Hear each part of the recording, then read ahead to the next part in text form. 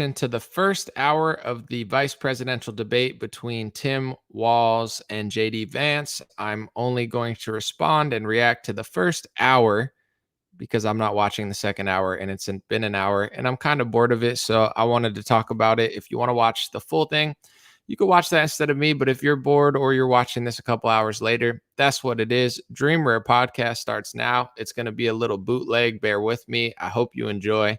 Give me a thumbs up in the comment if the sound sounds good and if everything looks good. It starts now. It's the Dream Rare Podcast. Welcome to the show. The way to get the news at the desk or on the road. Let's go. God is great and success in our control. The world is crazy, but we get better from obstacles. Yeah. What's good, folks? Does everything sound good and look good? I don't know if my connection is even good enough, but I hope it is. I'm gonna wait till people come in and give me the thumbs up. Does it sound good? Does it look good? How we doing, folks? Let me know. Sorry, I don't got the best internet connection. I thought Elon Musk had a Starlink. Where's that at? Why can't I connect to that? Somebody said VP Vance is killing it. James said, "What's up, Anomaly? Is good to go." We got some thumbs. Professional liar. Someone said, "All good."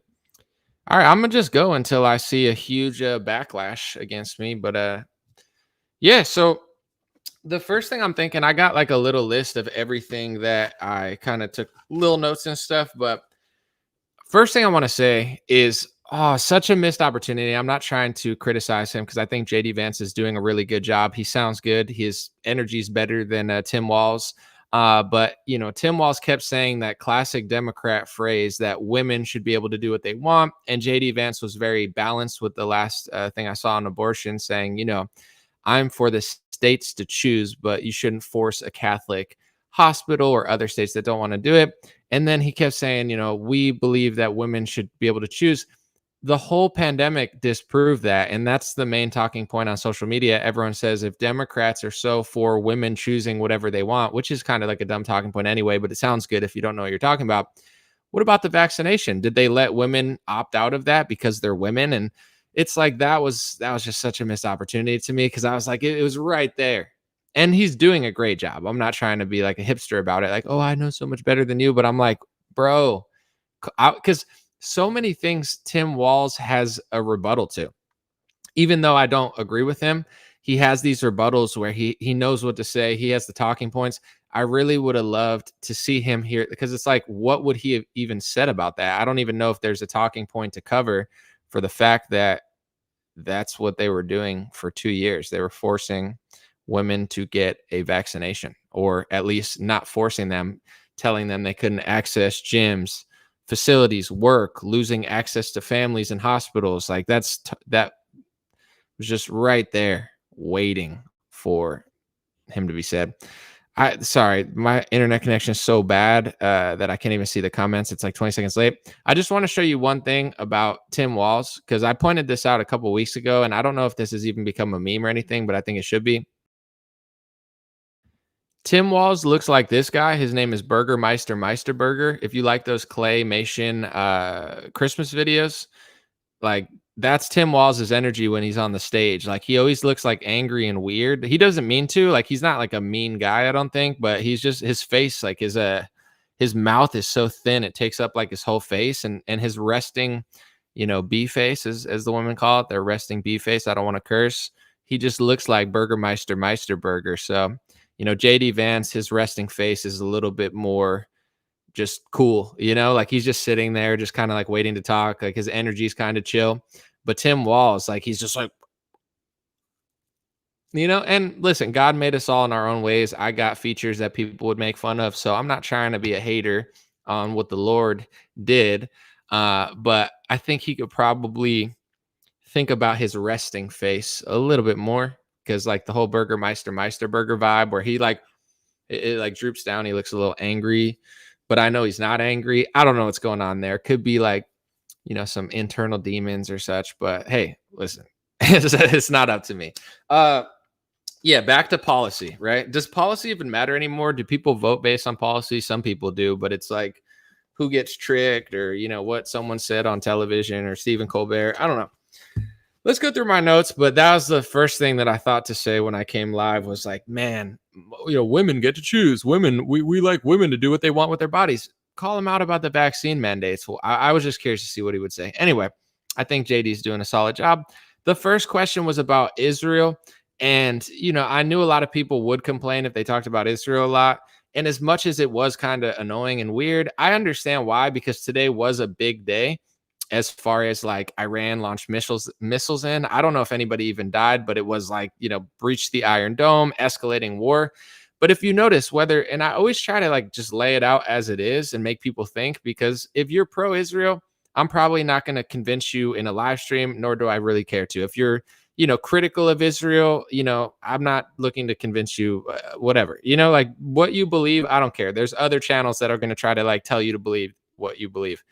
What I want to say is, do you notice how they framed the question?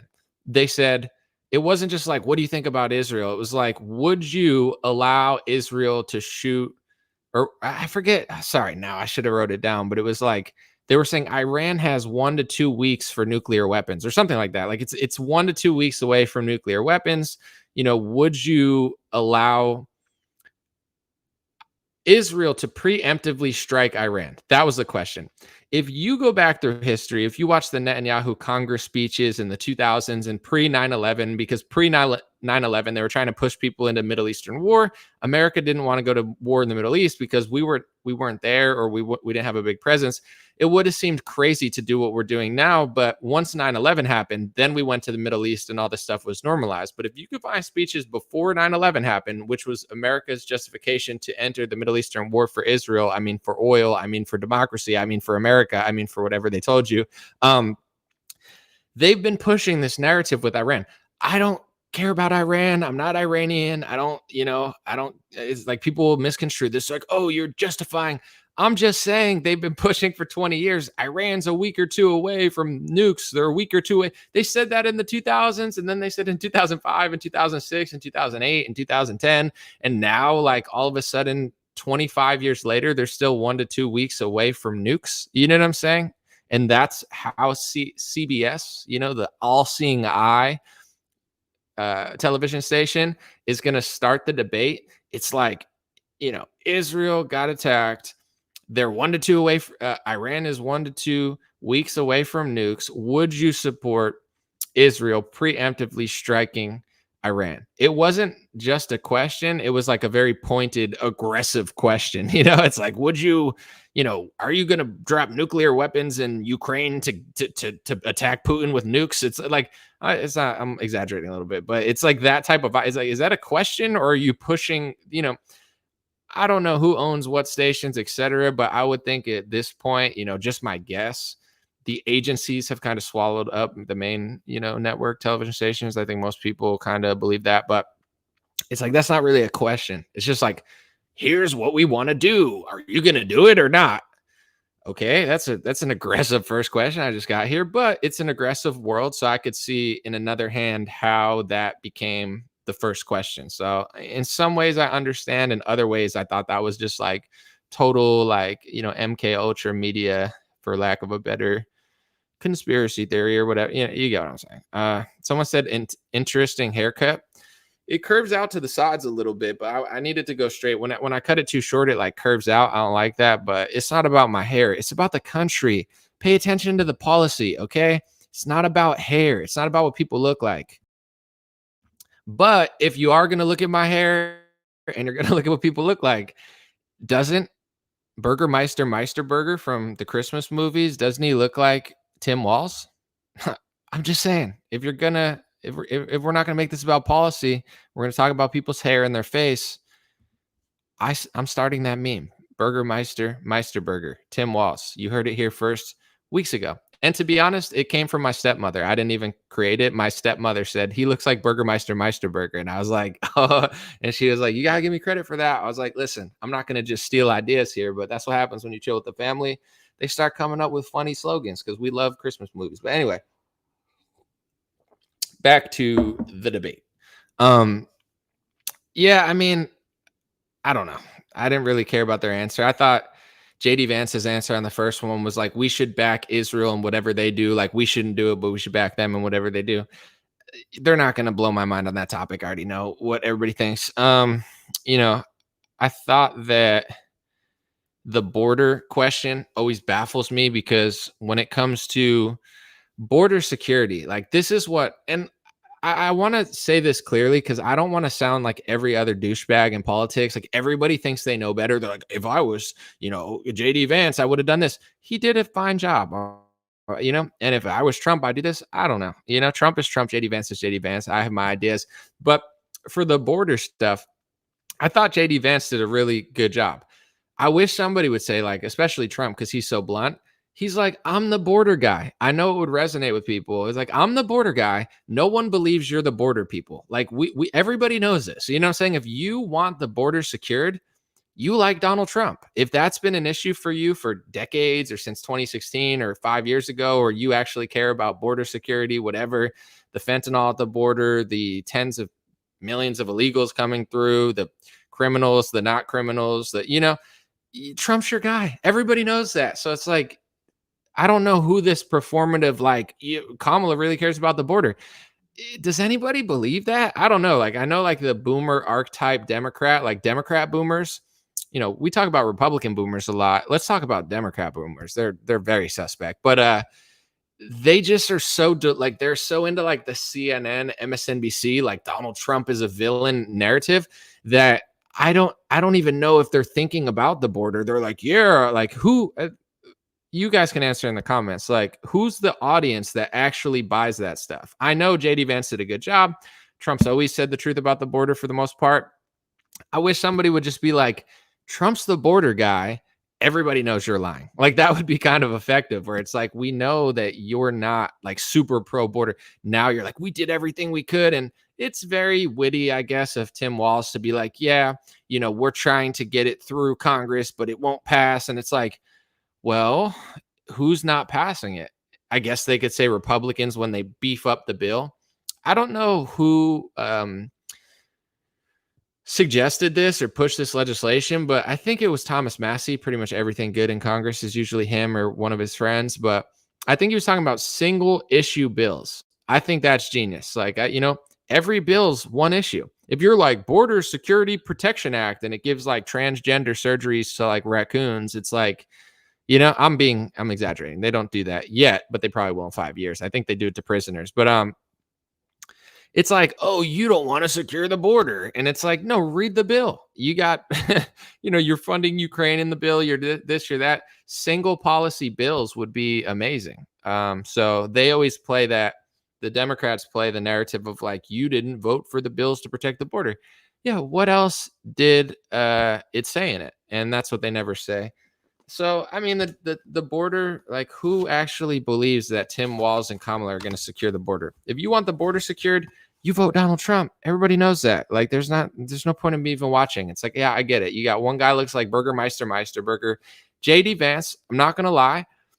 He's presentable and his like energy was calm and chill. Like, I don't know how much it matters, but I think it does because a lot of people are emotional. A lot of people vote based on like, looks, and not just I'm like talking about physical looks, but like the energy of how you present yourself. And like when the camera was off JD Vance, he looked like chill. When the camera was off Tim Walz, I don't know. He always looks like Tim Walz always looks like he's kind of like having an exorcism done. Like there's some, like nuns and pastors, trying to get demons out of him in the stands. And he's like, because like if you look at how he moves, like I can't really explain it, but if I had the video here, he like runs out trying to be like Mr. Football Coach or whatever, and he's like, like he moves like that, and it's like, dude, he's like, he moves the way Kamala laughs. Like no one made a joke. It's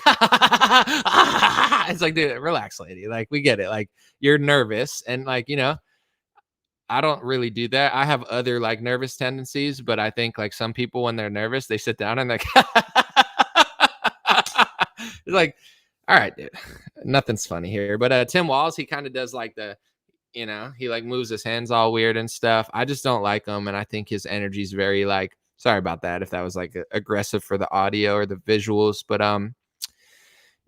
like he looks like he's like I'm the fun uncle, and it's like, that's my character. It doesn't feel real. Like, if you walk in and you're like, yo, what's up? It's the mascot. You're like, how you doing? Give it a hug, like, pound or whatever. But he's like, wee.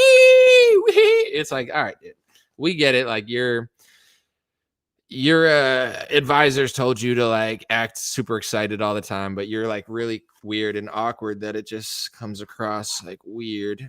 Everyone's talking about my hair. Is it that crazy? Like every time I get my hair cut for the last at least 2 years, I appreciate like the compliments or even people to criticizing. I don't really care. My hair was really long for a while. Obviously, you can go back and watch the videos.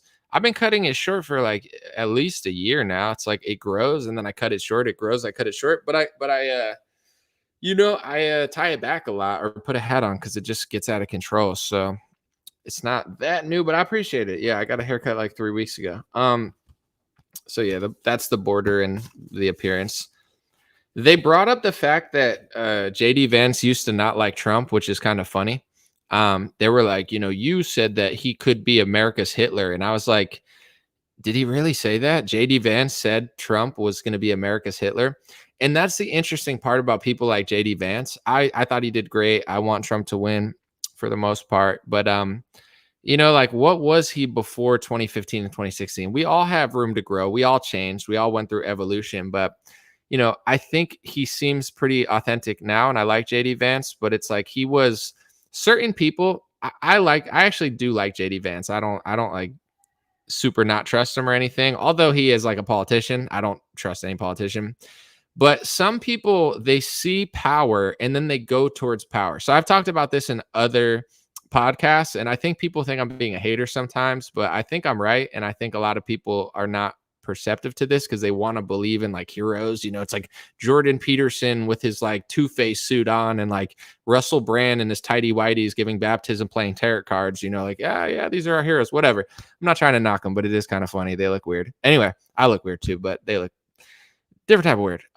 With that being said, there's people in politics where it's like when Trump wasn't popular, and it's okay to learn that you like him or whatever, but they'll be on Paul Ryan and the Peter Thiels, and I think Peter Thiel still has a lot of power. He's a donor and runs Palantir, but it's like as soon as Trump gets the power, they just shift from Paul Ryan to Trump. It might be, and I get the vibes. I go off of vibes, and I know people don't like that because they're like, they're not real. I believe in them, and I could like feel people's energy sometimes, and I think I could tell who's faking and who's not, but who knows. I don't get bad vibes from JD Vance. I don't I think he could have had an awakening or whatever, but there are some people in politics where like a Lindsey Graham. I don't think Lindsey Graham gives a crap about Trump. I don't think Lindsey Graham's a good person, but he'll ride Trump's coattails because there's something that he can get out of it, which is probably neocon military agendas or something, because he's like 60 and single, which is okay. Sometimes you're 60 and single, but I feel like he's a missile sexual, I call him. Like he likes to, probably make love to missiles, and he loves war. So like normal people, they're like, oh, like a woman.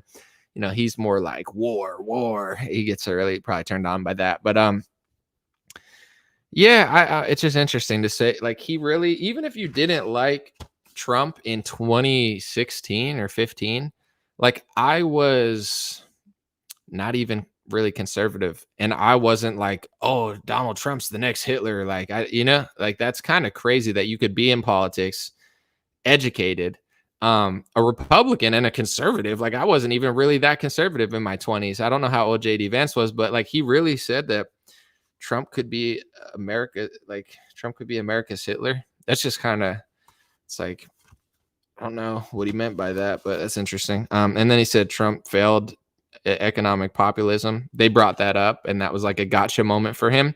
But to be fair, they also had a good gotcha moment on Tim Walz. I want to say before the gotcha moment on Tim Walz, in the first hour of the debate, I almost turned it off because the women, and I don't listen, I love women. Nobody likes women more than me. But no, the women who I don't know who they were, these journalists that nobody cares about, they were so annoying when JD Vance was talking about Springfield and the Haitians. He was trying to like explain what was going on, and they're like, they fact checked him, and they promised, or in their rules, they said they were not going to fact check. So JD Vance was like, I get to respond because you guys cheated. Now I'm going to cheat because, like, you didn't follow the rules. Now I'm not going to follow the rules to make up for what it was.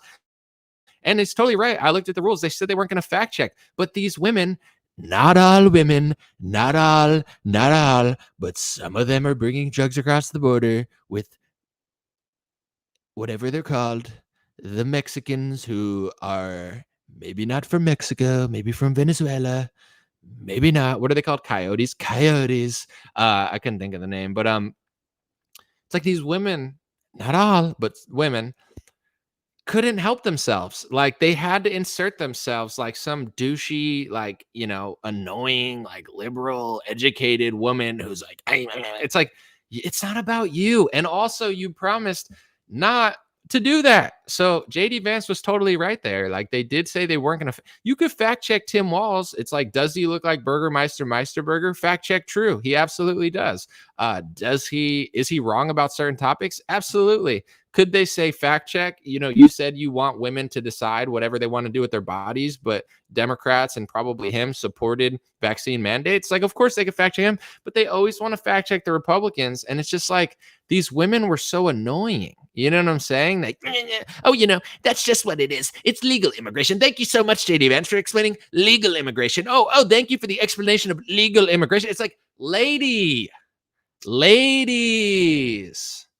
If I wanted to watch annoying harpies just ruining things, I would be watching The View. I didn't tune into this debate. I tuned into this debate to watch Hamburger Helper, JD Vance, and Burgermeister Meisterburger, Tim Walz debate about Israel and economics and abortion. I didn't tune in to watch you turn it into a, look at me show. It's illegal immigration. They cheated, is what I'm trying to say. I almost turned it off right there and went live. I was like, I'm over this, but I'm glad I didn't because the rest of it was actually better. But so annoying. My goodness. With that being said, they did. Oh no, I got a little coffee on my white shirt. Come on. This is why I can't wear all white like this, looking like a damn angel. I get coffee on everything. It's just disgraceful. Never mind. I'm very professional and I never spill because that would be trashy. You know what I'm saying? What was I gonna say? Oh yeah. They did have a gotcha moment on Tim Walz, and I was like, I liked it a little bit. The annoying ladies that I just blasphemed for 10 minutes, they had a moment and they won me back. They said, Tim Walz, you said that you would support up to 6-month abortion. And then he was like, I never said that or whatever. And I was like, I don't know. Democrats, they always play this game where I like the fact that the CBS people, they started the abortion question because they could have started it and said, abortion is so great and every woman wants an abortion. You're trying to take abortions away, JD Vance. But instead, they like made the question pointed towards Tim Walz, which I thought was fair-ish, like I'm not saying it was completely fair because they already cheated, but they could have easily like started it that way. But they started the question like making Tim Walz look like an idiot. And he's like, I'm a knucklehead sometimes. It's like, all right, bro, then go be a knucklehead at home. You know what I'm saying? We don't need a knucklehead. He's like, I could be a knucklehead sometimes. And it's like, all right, bro, what are you like? You're running for court jester of America, then you be a knucklehead, If you're running for the vice president, I want a patriot. I want a serious patriot who doesn't let other men eat with his wife like Mike Pence. He's like, baby, don't you dare sit down with another man. You're my woman. I'm like, damn right. Gotta watch these guys out there. Next she goes to lunch with her work friend. Next thing you know, she's got an OnlyFans account and she's cheating on you with everybody at work. You gotta watch your wives out here. But jokes or not jokes aside, you get to decide whether I was joking or not. I like that they started the abortion question pointed at Tim Walz. That was interesting. Carrie McKay said, thanks for all your hard work, Anomaly. Thank you, Carrie May. I appreciate you. I feel unworthy of the $9 super chat. It's an upside down 666. So I got to say a prayer to the Lord real quick. $9.99. I appreciate it. But, I'm very spiritual. So flip it upside down, hit it with some sevens. We're good. Anyway, yeah, I was at a wedding. I was a groomsman in my friend's wedding. And also, I'm going to move soon. I'm going to change locations and states. And I've been I don't really talk about my personal life that much, or I try not to. I just find it unnecessary. But I have a vision. I have a dream that one day I could go to school with my black friends and not be called a white boy. No, I'm just kidding. I have a dream, or I have a vision that I want more space, and I want to set up a studio and have an actual backdrop and get my friends who are good at cameras help me set up better equipment, better everything. So I got it. I think I found a situation. I think I might have found a place that I like, and I'm super excited. So my workflow might be a little janky, as they say, a little chanky yogurt over the next, a little chunk yogurts over the next couple months, little young Turks. No, I'm just kidding. But yeah, it's gonna happen. And by like next year, I think things are gonna be a lot different around here. Okay. And I'm trying to build a team. I'm tired of doing stuff by myself. And I don't want to just talk about it. So I've been slowly piecing it together. So thank you for the super chat. Um, yeah. And then should be a good time. I'm definitely trying to take things to the next level, but also I'm not trying to like scale my stuff and be like, oh, I want to be 1,000 times more famous. I'm like, I actually don't want to be any more famous. This is enough. I mean, if it happens, it is what it is, but that's not my goal. My goal is to scale my business without having to like pimp myself out. So I think there's ways I could scale my business. I'm very talented at social media consulting, other things, obviously this. So I want to make it more fun. And I think if I have the right setup and the right people around, it'll be fun. I'll be able to work a lot. I'll have other people edit it. More content for you guys, less stress for me. And hopefully more money. You know what I'm saying? Let's go. In this economy, I'm not trying to pass that up. It's not my like number one goal, but yeah, I don't want to fall behind. And despite what people may know or think, I don't know. I've been doing this since 2018 by myself. No disrespect to anybody else, but I have no corporate backing. I have no major donors that are making me say something about foreign policy like everybody else that pretends like they don't.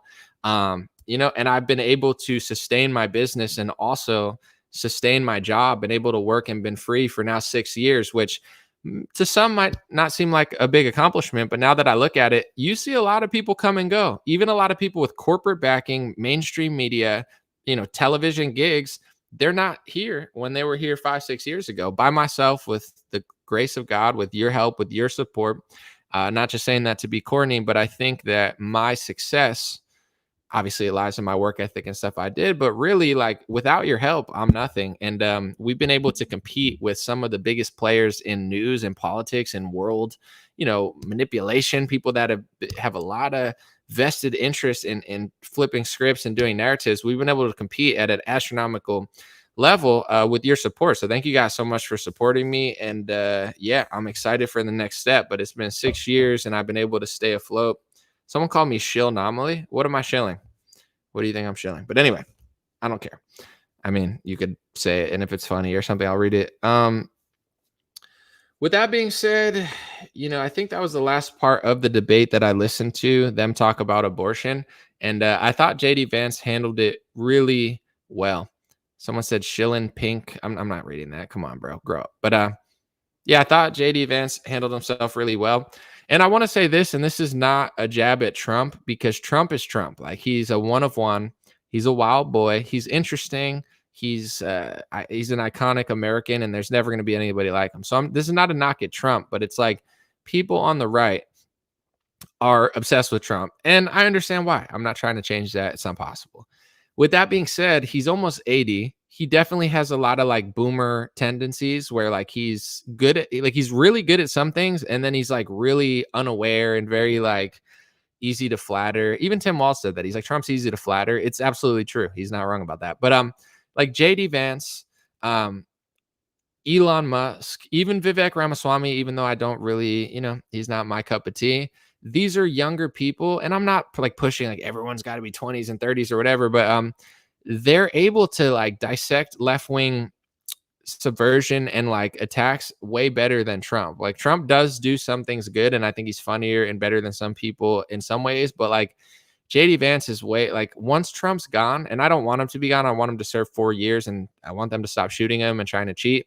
But in general, like people on the right sometimes I think they don't want to let Trump go for selfish reasons. Like they think it's all they have. It's this like nostalgia. It's like remember those times and like I feel helpless without Trump because I don't want to do anything. I just want to eat high fructose corn syrup and drink beer and watch Fox News. I'm not trying to be a dick, but it's like there's this like sect of like, oh, we can't let him go. Even with the DeSantis Trump thing, like I get why Trump beat DeSantis, but the tactics used and like the total delusion that people had on certain topics, it was like, this is crazy. Like I want Trump to win and I hope he crushes for 4 years, but it'll be interesting to see when somebody that's not 80 years old gets in office, that's able to debate, that's able to, talk about certain topics without like getting tricked all the time or like taking the bait and running sideways. But Trump, for his age and in general, on average, he's excellent. Like Trump is really good at a lot of stuff. I think like JD Vance, he knows how to talk about this stuff really intelligently and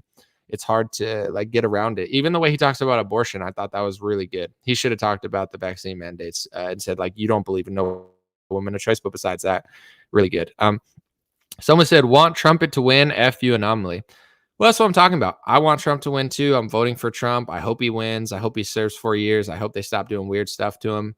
But it's just like this is the energy that a lot of people have. It's like it's just like that, even if you like them, just saying one thing, it's like they never want to let him go. Then they want his son, and then they want Barron. It's like this weird thing where it's like it's almost like a hangout where it's like no one wants to like ever move on, but it's like eventually it's got to be something else. Someone said, I agree. I get what you mean. Well, it's not hard to see what I mean, whether you agree with it or not. Look at Bukele. Say what you want about Bukele. He's had massive success in El Salvador, more than any other leader I've ever seen in my lifetime. Like the way he got rid of crime in El Salvador is probably one of the greatest accomplishments in modern history for any world leader. I said what I just said. Why? Because he's in his 30s or 40s. He's intelligent, he's articulate, and he knows how to like get things done. It's not even that hard. Like, I'm not saying it's easy, but like, say I was the governor of, Los Angeles, and they gave me like full authority to clean up Hollywood. I could do it very quickly. It's not that hard to do. It's just the leadership is so stupid and dumb. And then when Republicans get in, they're just like, oh, they don't know what they're doing, and they're like, I didn't want the left to hate me. It's like they already hate you. Just do what you got to do and fix the country. So it's like Bukele. The reason he's able to get everything done. If Bukele was like Trump, he would never get any of that stuff done. There's no way he would get done what he needed to get. Like Trump is not that guy. And it's the same with like Elon and stuff. And I'm not the biggest Elon fan, but he's like super intelligent. He's younger and he's got a way of like knowing how to maneuver the system. I would go out on a limb and say, Elon Musk buying Twitter is perhaps one of the great and loosening it up. And even the people that complain and like, oh, he's censoring me and what, bro, everybody knows that Twitter is letting it fly way more than it used to. I know that, you know that. Let's stop lying. Elon has done a masterful job with Twitter. Whether you think he caves on certain topics or not, he's playing the game trying to please everyone, but with his algorithm, he's letting it fly. Okay. That he's done more for free speech in America and fighting the informational battle and what he calls like the liberal mind virus, etc. Elon's done more in many ways than, a lot of Republicans have. And I know sometimes you got to crawl so he can run, etc. Like, people are inspired by others. And it's really weird that Elon Musk was like voted for Biden in 2020. Like anybody that voted for Biden in 2020, it's like vaccine mandates were coming. And even though Trump was the father of the vaccine, you knew Democrats were going to push mandates harder. So it's like if you voted for Democrat in 2020, you're either a complete idiot or something's wrong with you. And I know everybody wakes up at their own time, but like I don't know how he voted for Biden in 2020. With that being said, that's what I mean when I talk about younger leaders. Like certain people have the ability to get certain things done and to say certain things like Bukele. America needs a Bukele. Like a Trump is only going to do so much. It's going to kick the can down the road. Maybe he could deport people, not, but I don't see things the way other people do. Someone said that's a load of crap. I don't really care what people say. You can start your own show, but a lot of, and I've said this on my show a lot. I know this is not going to be the most popular thing. And if you're just joining, sorry, I did a whole review of the debate. It kind of ended, or at least the parts that I saw. So I do want to talk about this because I find it important and interesting. I think one, and I'm not going to say every Republican does this because there's a lot of diversity amongst conservative influencers and stuff. But I hear a lot of people that they always tell Republicans that like you deserve the country you want if we win because like we want it. And the truth about America is suffering because it deserves to suffer. And this is a problem in every racial group too. White, black, Jewish, every racial group. You know what I'm saying? Like everyone can point the fingers at each other. I understand why. But the truth is, no one wants to have that self accountability. You did this, you did this, you're doing this to me. But what are you doing? And that's the problem with America is conservatives think just because they vote red that they deserve the country that they want. But the reality is, like, at least for me, analyzing the situation, I hope Trump wins. I hope he gets in office. I think the country's so far gone with all the demographic shift and the immigration that the Democrats did illegally, in some cases like pseudo legally doing all sorts of weird stuff that I don't think like drinking beer and yelling Trump at my TV for 4 years, even like I don't think it's gonna fix the country. I don't think it should fix the country. It would be nice if it did. But in general, it's like I think that America needs a Bukele eventually, like a guy, like someone that's younger, someone that's smart, and somebody that is able to fix the situation analytically versus just being like, it's like it's only going to do so much. And it's not to blame Trump because some of this stuff is so hard to do, and public opinion is not there. Like, there's certain things that you can't do because the public mentally is not there. But here's what you have to ask yourself: why is the public mentally not there? It's because the liberals are brainwashed and the Republicans are too far gone, where it's like even the moderate Republican medium is so much further left than it used to be. Trump's waving gay flags. Everybody calls you a sexist if you talk about like women stuff. And they're like, oh, this person must be a Fed because they talked about the amendment with women voting. It's like, it doesn't, I don't care what you think about that, but it's like, it doesn't mean someone's necessarily someone. Like, look at the patterns of how people vote. Like, there's a lot of women, and I know this is not going to be popular, but they're like, just look at the voting patterns. And it's like, yeah, you could try to win over women, but back in the day, I think people don't understand how things really worked, where I believe when it first started, most women didn't even want to vote because they didn't view the world that way. They weren't like, oh, let me go be a construction worker. And you know what I'm saying? It's like, no, they were happy being mothers and wives and housemakers and, even women getting in the workforce. Like, you can't even talk about this with Republicans anymore because they're so far gone. But it's like, look at history. Did women go to the workforce because they were trying to empower women and give them jobs they didn't want to have? No. I mean, women were doing certain stuff, but it was because of the war, and the bankers sent all of all the men to die for the bankers or for America or freedom or whatever, even though the communists won the war. It's like, and now look at everything. It's like they didn't say, oh, women join the workforce because, we need you here so much and it's so freedom. They're like, your husbands are dying for the bankers. Can you step in and work at this company so it doesn't fall apart?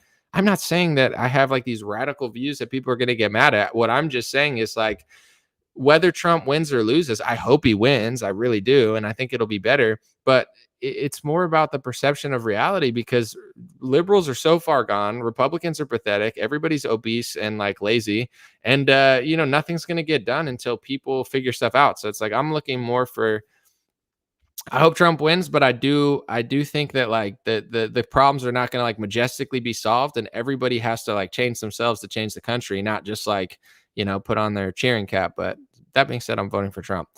$5 super chat from Marconin. He said, I think JD Vance is a permanent, high level, authentic, modern, far right wing political competitor, politically presidential, follows martyr made, etc. I don't know if I'd call him far. I mean, I don't know what people mean by that anymore. I get what you're saying. Like, you're like, they'll call him far, but he's just like not moderate. What is a moderate? Is it Lindsey Graham? Is it like Paul Ryan? Anyway, with that being said, no, I agree. Like, he's a politician, but if you don't want to be a politician, this is what I've learned. If you don't want to, I don't want to be a politician. I can't stand politics. If you don't want to be a politician, you have to understand that politicians are politicians. It doesn't mean you have to agree with them. It doesn't mean you have to like everything they do. Don't just think they're like your hero. But as far as politicians go, JD Vance is not one of the worst. I truly believe, just seeing how he operates and seeing what he says and how his energy with it, I do think he's one of the good ones. He's not the best. He's not Thomas Massey, but he's definitely going to be a permanent, if he wants to be, and if everything works out, he's going to be, I agree with you. I 100% agree. I think he's going to be a permanent fixture in right-wing politics. He's done well, in my opinion. But yeah. Someone said, "Give all your taxes to Israel and Ukraine." Don't have to tell me twice. Marconin said, "People are sleeping on Vance being the cutting edge of what Trump opened up in terms of questioning the modern liberal culture order because he supports Israel and has an Indian wife. It's so stupid." Yeah, I mean, I guess I would say like 95% of people don't care he has an Indian wife, but if you go on quote unquote far right Twitter, they'll talk about that. But the average conservative does not care. With the Israel stuff too, I think also most people don't care about that, but you know, yeah, I mean, I think JD Vance is just doing what he has to do. You know what I'm saying? I think he's doing what he has to do for the moment. And this is like why politics is just only moderately interesting to me now. And I'm not trying to act like, oh, I don't like it, but it's like I don't follow politicians anymore. Like I appreciate people who do cool things. And I'm just like, but I'm not expecting to recreate the wheel in one day. I'm not trying to sit on, I've had moments where I throw little fits and whatever. I'm not that person anymore where it's like I have to be the best version of myself. I need to speak the truth. And if enough people do that, it changes the trajectory of the country and it changes what is culturally relevant to the point where everyone plays a little bit of a role. So it's like JD Vance is going to suck up to the donors. JD Vance is going to have the same foreign policy stance as almost everybody. If he didn't, he would not be able to be there. And I'm not saying that's right, but it's like Thomas Massey, they would not let him be vice president. Like they would freak out, and it would get nuts. But one day, hopefully, uh, Thomas Massey can be the vice president or the president because he doesn't have like the president, and I'm not saying this in a mean way, but he doesn't have that like presidential. Well, Kamala Harris doesn't have it either, so if she could do it, Massa could do it. And, he's still pretty young, but it's like his mindset, his America First policies, his reasonable libertarianism mixed with conservatism. He's great. He's the best. But it's like we got to work to that point. You don't get what you want, you get what you deserve. And you have to remember, like, we can't just throw fits, and you can do what you want, but it's like throwing fits online or getting upset. Like, we have to meet the moment for now. And I'm not chilling being like, oh, just, become a politician and sell out your country. It's not what I'm saying. It's just like, it is what it is. And the only way to make the future better is to be a part of the change in a positive direction, and not sell out and call a spade a spade. If you do that, you're one of the good ones. So that's kind of how I think. Like when Trump picked JD Vance, I'm not like, who do you want Trump to pick? It doesn't matter what I want. I'm not a kid that I want this. It's like, it's not up to me. Who were his choices, right? Rubio, this, that, the guy who Bill Gates funded for North Dakota, Burgum. I was like, ew, I hope he picks, Ben Carson or JD Vance. I think Ben Carson is probably more like Christian and conservative, and he's definitely like more of a Mike Pence where he's kind of quiet, but he's intelligent and definitely well spoken. But I think JD Vance is probably better at certain, like he's got a little bit more dog in him. Ben Carson's just a super chill guy. Like he's super chill. JD Vance is chill too, but he's got a little more like dog in him. I think he's a good choice personally. Yeah, so I think you're right. I agree with the super chat where you're saying like people are sleeping on him because of his two policies. I agree. I mean, everybody plays a different role, and I see it even on Twitter. I'm trying to become less argumentative. I don't even use Twitter anymore because I don't feel like arguing with people. Everyone plays a role, and I just find different people's opinions interesting. Where I'm not like a huge hater where it's like I see the people pushing JD Vance, and that's a personal choice. They have a reason for that. They don't like something about him, or they think he's a phony. They have every right to do that. This is my opinion. This is what I really believe, but I think everyone plays a role. It's just so important for everyone to have self-awareness and make sure that they're being the best version of themselves. Because then if everyone does that, it's better. That's what I'm focused on. But I still have opinions. You know what I'm saying? Like about Jordan Peterson and Russell Brand. I still have opinions, that people I wish I didn't have. So I could, people could get like, oh, I'd probably get invited more places, but I can't lie. Someone said Walz said several cops died on January 6th. Only one unarmed woman died. Only one unarmed woman died on January 6th, but if you consider January 6th that moment, other cops died a day later, which is very bizarre. So, like it's not, in my opinion, that topic's not worth even like crying about. Yes, on the day, I believe only a woman died. That was a conservative. However, afterwards, so they say, cops died, but they January 6th is no longer a date. It's now like a moment. You know what I'm saying in time. So that's the different disagreements there. Someone said you're right about the president of El Salvador. Pretty amazing, tough and hard to watch.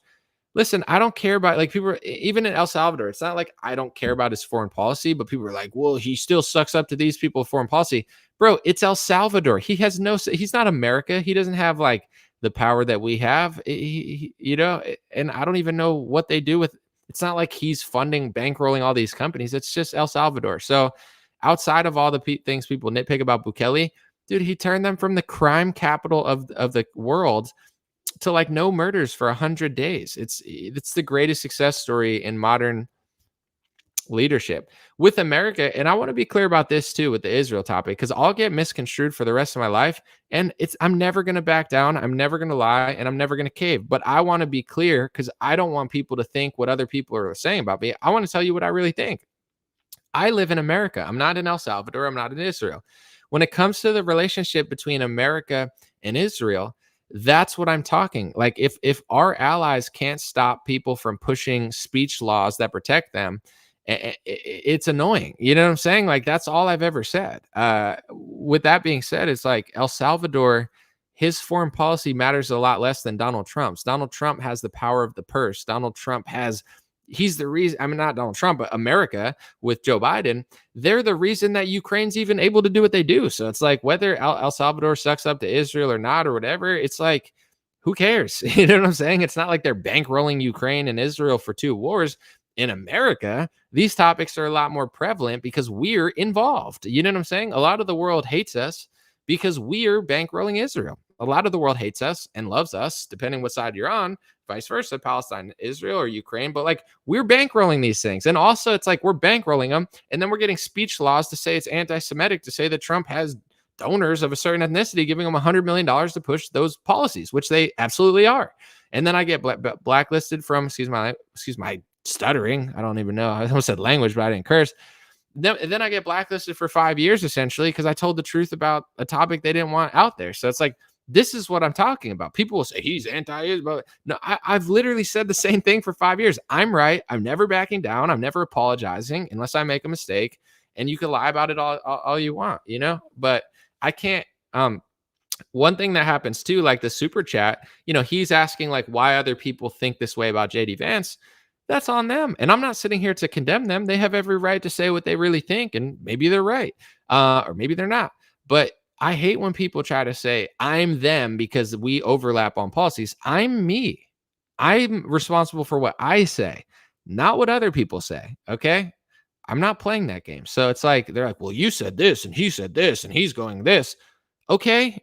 Like, dude, I don't even know. It's like that's the game that's being played in conservative politics. But politics is a very grimy, douchey industry. It is what it is. Like I chose this life to comment on politics. I didn't even do it on purpose. So, I got to deal with the consequences of that. But it is what it is. It's like that's the industry we're in. It's not the most ethical industry.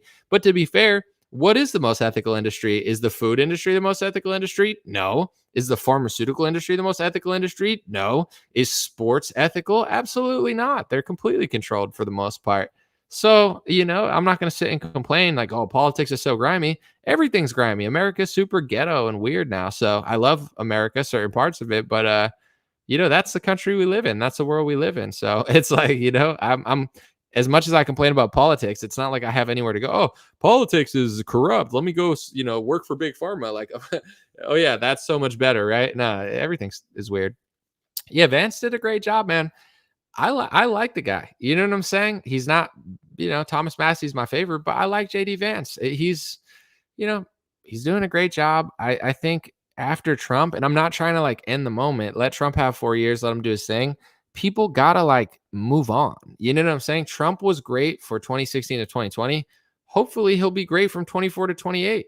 But after that, people got to stop living vicariously through Donald Trump and look at their own reality and move the Overton window or move the cultural discussion to the right place because it's so far gone right now. And this is what I learned too. And I know this is going to come across as wrong, but I don't care because it's right. So I don't even, like I try to word things properly, obviously, but at a certain point, everyone's going to misconstrue it. And that's what it is. The honest people will love it and the liars will hate it. That's life.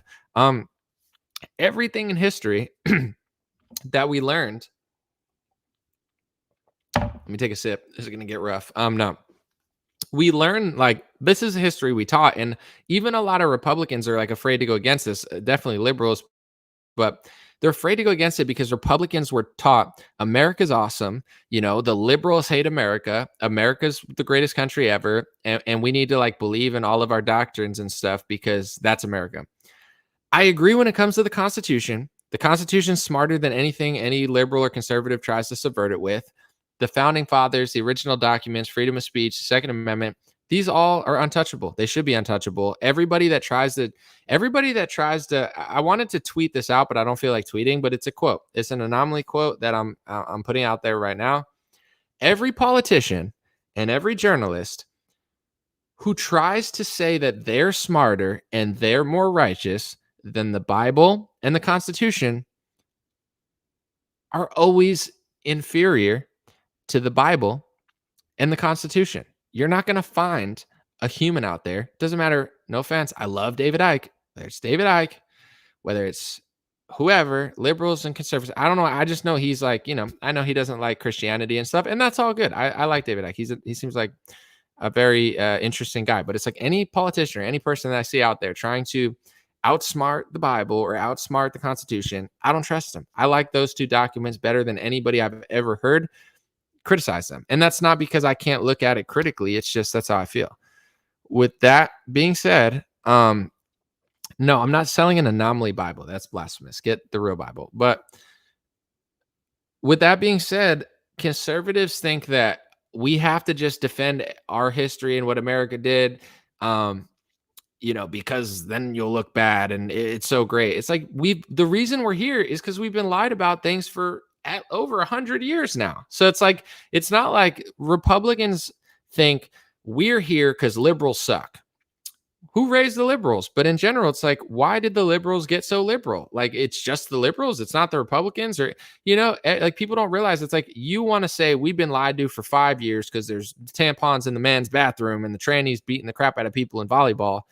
That's the end stage of a problem. You don't have to go full communist and say you hate America and the Constitution. I'm not asking you to say if it's racist and whatever. Like, you don't have to go there. But like Republicans are so used to just reacting to the left. The left says America's such a bad country, and they're like, it's not. It's the greatest. It's a great country, but you have to understand what's going on here now is not a reaction to 10 or 20 years of failure. It's a reaction of 150 years of lies, going back to wars even before the World Wars. Like, as far, I'm not the best historian on this, and I'm not going to pretend like I'm Ron Paul or, the Martyr Maid guy or whatever. But, what we learn about the Civil War is because who won the Civil War?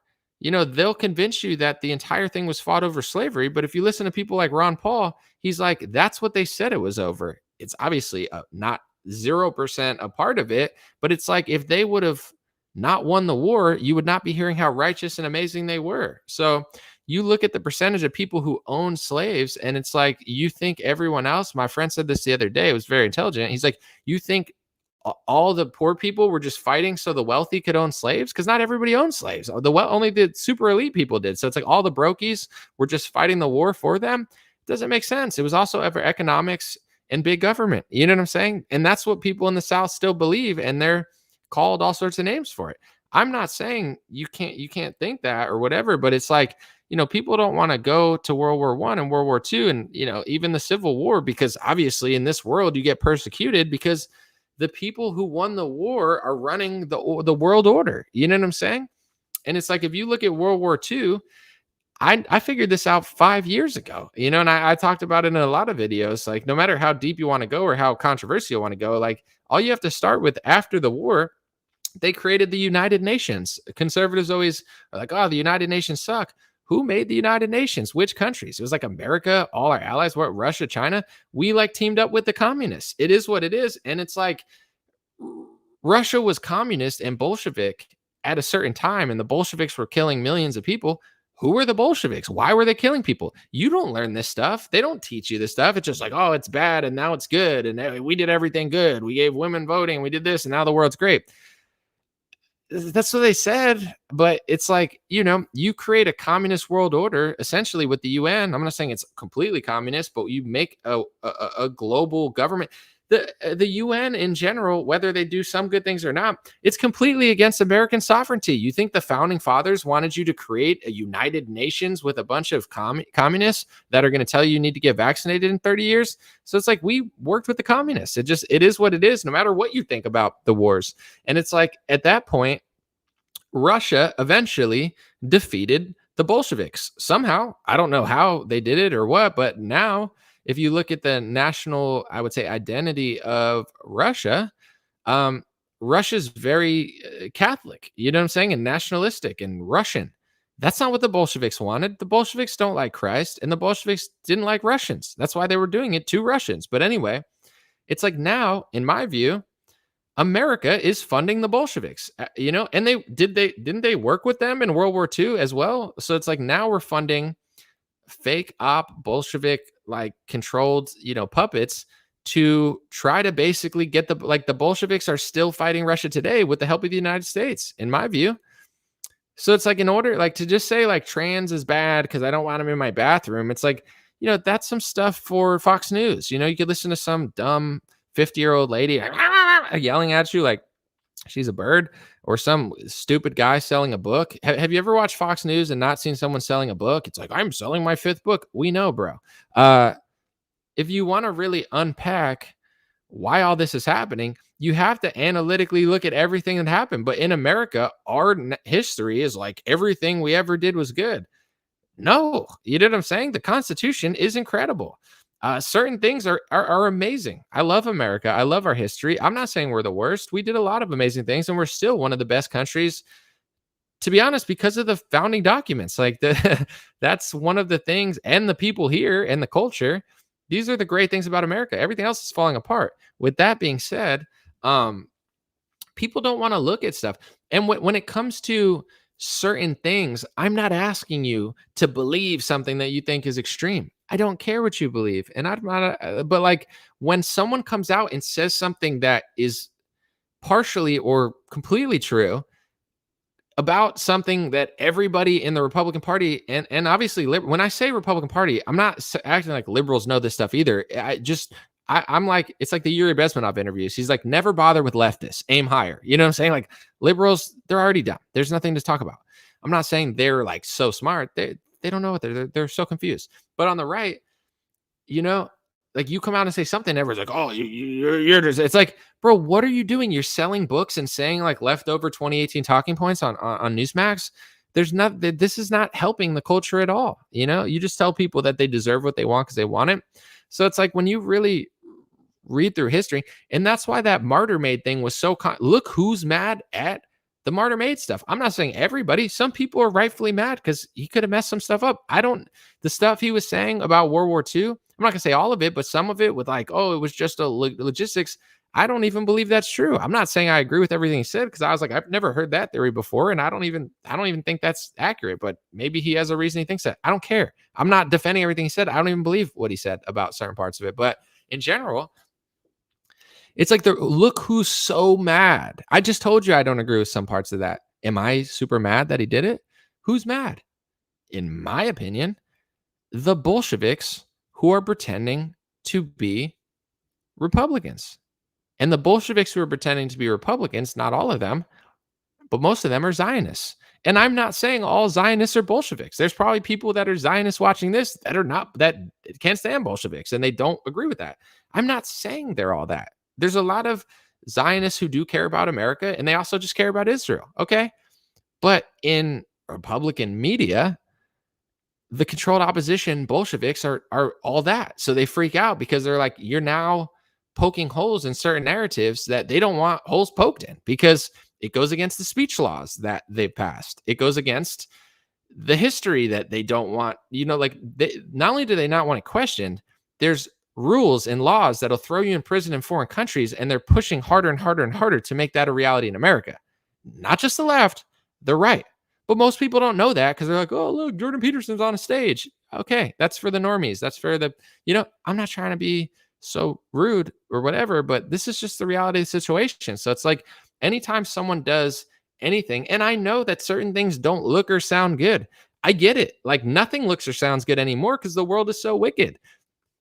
I did a song with one of my better friends in this industry, Bryson Gray, yesterday. We're working on a song with Bryce Mitchell, the UFC fighter, because he's a fire rapper. And I talked to Bryson for a couple hours. I love talking to Bryson, and that's not just politics or opinions or rap. I like Bryson. I consider him a really good friend. With that being said, Bryson is misunderstood often because he's so I'm not even gonna say opinionated. He's so stubborn in what he believes that he will not budge for money. He will not budge for social circles. And people don't understand that because they're like, it sounds crazy what you're saying, or maybe they don't like the way he says it, but it's like the truth is, especially if you're a Christian and you believe the Bible, or even if you're like a libertarian, even if you're not like, though everything's crazy because everything's messed up now. So like if you're a libertarian, you don't agree with the Democrat or the Republican Party. Are you being a hater? No, it's because if you believe in the founding documents and the principles of this country, or the law by Frederick Bastiat, or any great thing ever written for liberty-based societies, how could you like either party? Because they're basically both communists at this point, and nobody even realizes it. They're like, oh, the left's communist. So's the right. They're just running it through a right-wing ideology that makes sense to people who watch too much television. With that being said, it's the same with the Christian. It's like, yeah, people in the right don't want to hear what Bryson says all the time because, like, oh, he doesn't like Trump, or he's doing this, or Bryson believes the Bible, like all of it. You know what I'm saying? He believes the first part and the second part. So it's like it seems crazy that he thinks all these things because he's thinking what the Bible says, and this country's not operating off of the Bible. Libertarians often seem crazy because this country's not liberty based anymore. You understand what I'm saying? It's like, so everything right is going to seem crazy to almost everybody because almost everything's wrong with society. Not everything, but so much stuff. So it's like, I got to watch everything I say because everything I say is controversial because everybody's wrong, and it sounds like crazy to say, but it's like, look at the cities. And the dumbest thing people say, oh, well, it's because there's so many people there. Japan disproves that. Tokyo has more people. Why is it so clean? Because the people aren't a bunch of degenerate heathens, like we are. Why? There's a lot of reasons into it, but it's like this country it's great still because it's so big and certain parts of it are awesome, but our cities are not great. If our country as a country was great, and people in rural areas or people in conservative areas will be like, it's still great. Yeah, in your area, which that's awesome, but it's starting to leak into it. And if our nation was great, we would never allow New York City to look like it because New York City is a great city. So our individual pockets of our country is great, but our nation is not as great as it could be. So you understand what I'm saying? It's like the left is wrong about almost everything, but then the right is controlled opposition for the most part. If you ever poke into certain things where it's like, even as a Christian, I'm not saying you have to believe this, but like, say you talk about women's right to voting. It's not smart to talk about at all. The politicians should not talk about it because it's just dumb. Like, as far as you're only gonna look insane. I get why people don't talk about it. I run a podcast. I don't give a shit what, like I'm here for a good time. But it's like, you can't even talk about it at all because it's so unpopular in this society because feminism has taken over our society. First wave, second wave, third wave, fourth wave. We're so feminist that the liberal feminists are insane, and Republican conservative women are also mostly feminists. Like there's very few women in conservative politics that aren't feminists, or else they wouldn't even be doing what they're doing. It's like, I'm just saying. With all that being said, I'm not asking you to have some opinion about the amendment where women can vote. What I'm saying is the reality that we live in, that you can't even bring it up because you look insane. The left wing will call you a sexist and use it in campaigns forever. If I ever ran for office, this will be used 1,000 times, even though everything I'm going to say here is completely true. And I'm avoiding a lot of bias. I'm just being realistic about it and explaining it. When it comes to the right wing, you'll get shut down immediately in the Republican Party because the Republicans just want to win elections. The Republicans just want donor money. Feminists run the Republican Party. It's just a bunch of women at this point, like running the entire thing, not being housewives, just being in politics, being in media, being in journalism, working jobs. That's fine. I'm not here to change the reality. I can't. I'm not even trying to. But here's what I'm trying to say. And what I'm trying to say, people don't understand, because it's like everyone would shut you down. You bring up this conversation 50 years ago when everyone goes, oh, you remember when everyone was so conservative and Christian? Okay, let's go back to that time. I'm not saying everything was right in this country, because it wasn't, but let's go back to that time. If I talked about what I'm talking about now, then 90% of people would understand what I'm talking about. The left would not accuse me of hating women. The right would not accuse me of hating women and being an incel or whatever, they try to say too. Read the Bible. The Bible talks about the relationship between a man and a woman. And if you're not Christian, then it's for you. You don't have to listen to any of this. You could be like an atheist libertarian. I don't care. I'm not trying to convince you. I'm just explaining reality. What America used to be, what it is now. If I would have brought it up then, they wouldn't say, oh, Anomaly just hates women. Oh, he's just so jealous or whatever. Oh, how can we win the nation this way if we're going to talk to women this way? It's just back then, more people believed the Bible, and the country was based off the Bible, and we had a libertarian-based economy that was also morally Christian. That's what America was. Not everyone was Christian, but that's why it was operating in the way it was to some extent. Everyone would be like, oh yeah, whether you had that opinion or that opinion, more people then would have said, you hate women if you want them to do all this stuff. Why would you send women to war? Why would you make a woman a police officer? It's a dangerous job. Why would you put a woman security guard? How's she going to even do a good job? Plus, it's like, not that she can't do a good job, but it's like, if a man could beat up a woman in UFC and a man has better, accuracy in certain competitions when it comes to strength, isn't that going to translate to the workforce as well? It's not hate. It's just basic biology. The same way you talk about tampons in a man's bathroom. But this is like next level. This is unveiling. Everyone's like, fourth wave feminism's bad. So was first wave feminism. They just told you it was good. Oh, I was good with it until then. Yeah, that's why it's happening now. I'm not saying you have to hate women. I don't hate women. It's just like, read the Bible if you're a Christian. And I'm not acting like I'm holier than thou. It's just like God, man, woman. Your roles, what to do and what to not do, be submissive to your husband, etc.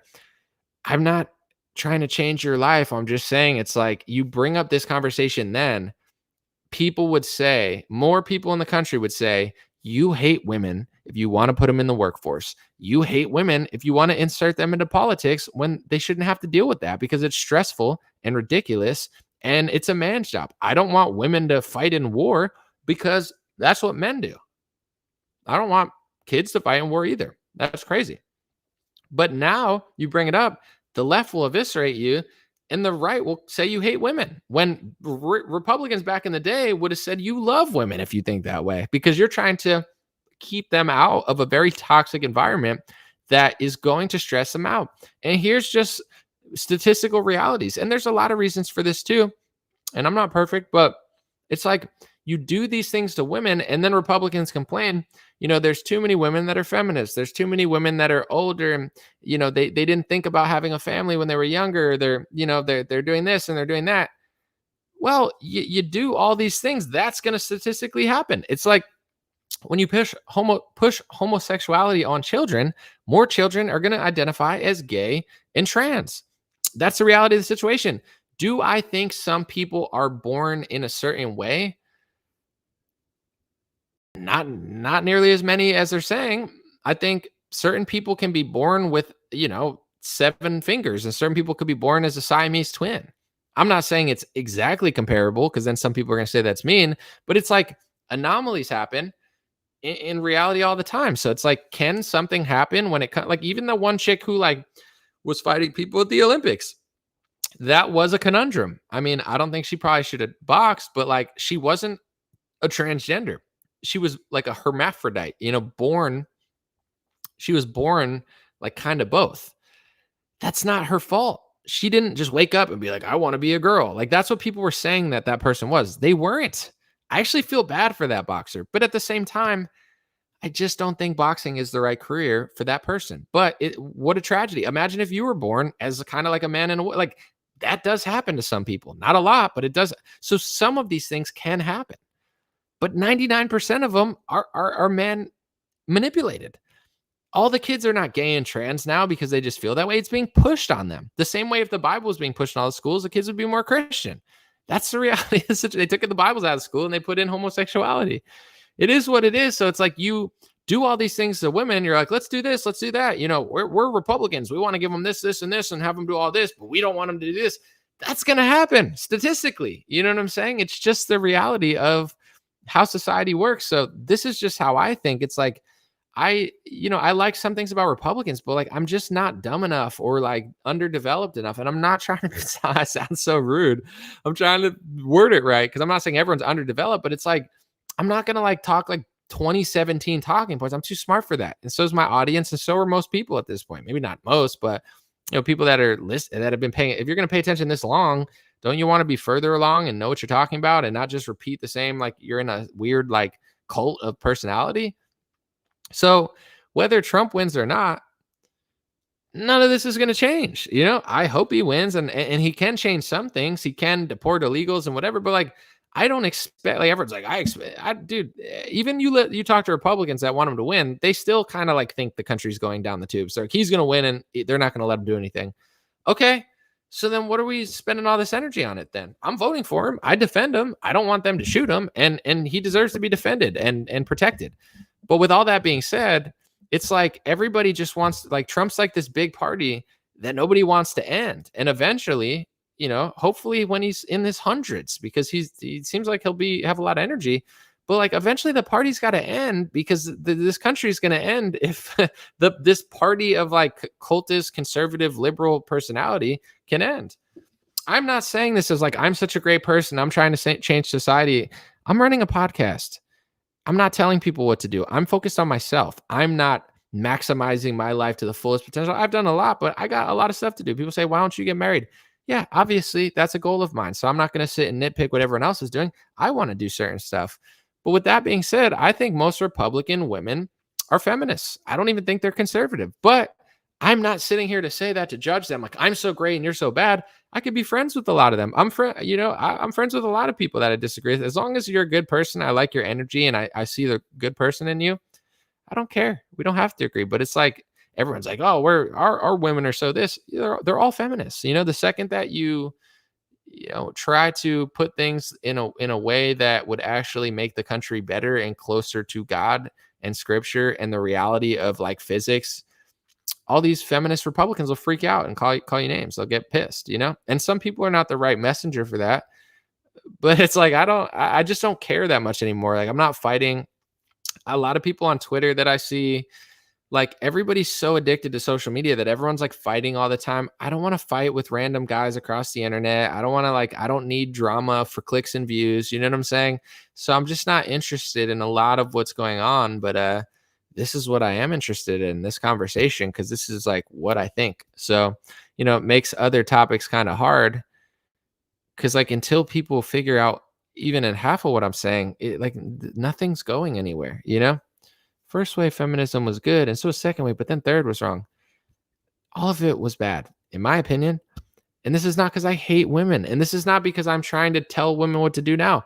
I'm a product of my environment. Women now are a product of their environment. I don't hate women. And to be honest, I don't have problems with women. And to be honest, for the most part, not every woman likes me. I not only don't have problems with women in my life, I don't have like problems with women outside of my own like love life. It's like I get along with women. They tend to like me because I'm not a dick. But in general, it's like I'm not out here shaming modern women like a red pill podcast because I want to get laid or something and take TRT. I'm just saying the reality of it. Like I'm a product of my environment. If my family was Christian and conservative and and everything was perfect, I probably would have been married in my 20s and lived on a farm. But I don't. I'm in my 30s. I didn't even think about this stuff until I was 31 and 32. So how am I going to judge a woman and hate on a woman for being a product of this environment that she's in? And I'm not saying she's like the victim, but it's like we're all victims of the moment. Without being a victim, I look at it as it is what it is. Like I couldn't have accomplished what I did if things didn't turn out this way. So this is God's plan. I'm grateful. And I feel I live in the present, not the past or the future. But that's how I look at the woman stuff. Like, I'm not going to be misconstrued as like I'm a hater. It's like I like women. They tend to like me. I'm not shaming women and telling them what to do. We're all a product of the times we grew up in, and we're all just trying to deal with this crazy world that we've been built into in the system. But that's what I think about stuff. Someone said you're my type. Thank you. Hold on. Let me try to read this super chat without destroying the live stream. I'm trying. Susan Roberts, thank you. Oh, $50 super chat. Thank you so much, Susan. I'm going to be eating good tonight. Thank you, Susan. That was a little weird, but I appreciate it. There's an event in DC on Sunday organized by Brett Weinstein. Everyone should catch some of the speakers, especially Matt Taibbi and RFK Jr. Our problem is we have become cowards and bullied into silence. Bring chivalry back. God back, manly men. Thank you so much. And, I did not see any of the speeches, but there were a lot of great speakers there. RFK, great speaker. Matt Taibbi, I've never heard him speak. Great journalist. Jimmy Dore was there. Very interesting guy. There were a lot of people there, so I would assume there were some fantastic speeches. So I didn't see him, but Taibbi is a good journalist. And Brett Weinstein, he's an interesting guy. I haven't heard much from him recently, but I think he means well. I definitely he definitely seems like a guy that I don't hate Brett Weinstein, but I don't really listen to him that much. RFK, same thing. He's a great speaker. So someone said so much for your third party vote, huh? I'm not voting third party. I voted third party in 2016 as a protest vote, but a strategic protest vote. People could say, oh, Anomaly voted for Jill Stein in 2016. I lived in California. I would never vote for Hillary Clinton. I knew California was going blue. I didn't want Hillary to win, but she was going to win my state. I knew that. If I voted for Trump, it meant nothing. My 2016 vote was strategic. If I could get Jill Stein to 5 to 50% of the vote, I think it's 15, she would be on the debate stage next year. You have to get a certain percentage to be on the debate stage if you're polling that much. And, as much as I disagree with like a lot of what Jill Stein says, her foreign policy is actually just different. The Democrats and Republicans, they pretend like they have different foreign policy, but they actually don't. Like the differences are like minuscule. Jill Stein has a lot of differences, so I was just like, throw her up there, see what happens. That would be fun. Someone said Jill Stein is pro-abortion. I just said for her foreign policy, I wanted to, and I don't agree with her foreign policy either. I'm just saying like, I'm tired of the Democrat Republican debates. They're okay. I wanted to throw her on the stage and just cause some havoc personally. Someone said, Anomaly, we don't think you hate women, female here, and I agree 100%. Thank you so much. I mean, here's the reality of what I'm saying too, and I don't want to give that much attention to the negativity because nobody even really sees it. I don't think anybody listening to this in full context will think I hate women. I think it's very clear. But the media will try to paint you as a way you're not. So I think anybody who listened to the full context of what I was saying completely understands what I'm talking about. But there's going to be people that come across. It's the same way. Like, I mean, what I say could be misconstrued, but if you listen to my podcast, I don't think you would come away with the conclusion that Anomaly is anti-Semitic or Anomaly hates Israel. I think if you listen to the full context, you would say Anomaly is American. He does not have dual loyalty to any country, and he's just literally reporting the reality of how donors and speech laws work in America.